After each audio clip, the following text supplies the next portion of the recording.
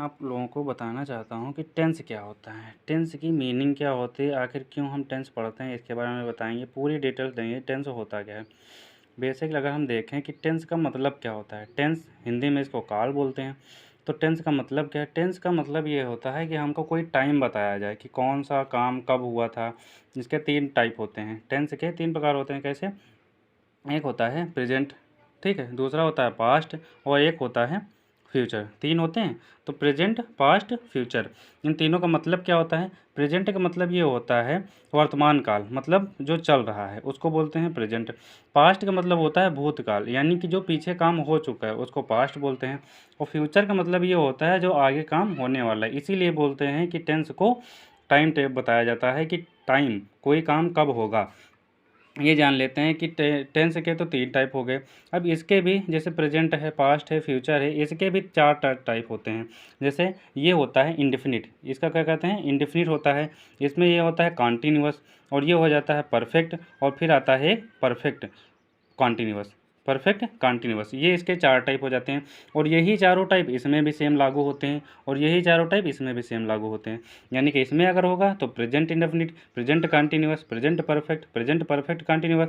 Past को लेंगे तो past indefinite, past continuous, past perfect continuous. अगर फ्यूचर में आएंगे तो future indefinite, future continuous, future perfect और फ्यूचर परफेक्ट कॉन्टिन्यूअस। ये इतना टेंस के बारे में हमको पढ़ना है। अगर हम पहचानेंगे कैसे कि कौन सा टेंस है, जैसे प्रेजेंट कौन है, तो पास्ट कौन है, फ्यूचर कौन है, तो इसके लिए हमें पहचान दिया रहता है। प्रेजेंट के लिए हमको लास्ट में ये देखना है कि हा ही है अगर आए तो वो कौन सा टेंस होगा? प्रेजेंट टेंस होगा।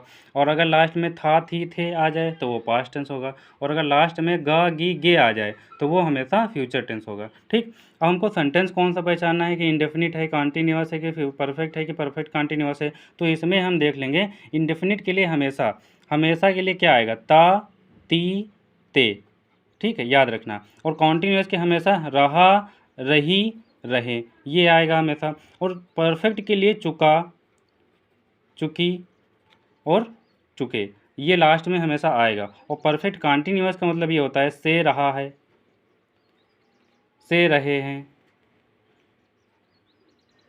से रही है। ठीक, ये होती है इनकी पहचान। यानी इंडेफिनिट की अगर हमको पहचान करना है तो लास्ट में क्या देखना है? ताती थे।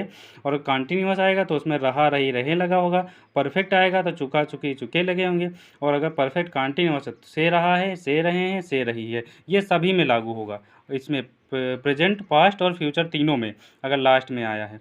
ठीक, तो इतना लगभग अब आपको समझ में आ गया होगा कि टेंस होता क्या है, कैसे हम इसको टेंस को पहचानते हैं, और जैसे ऐसे सब।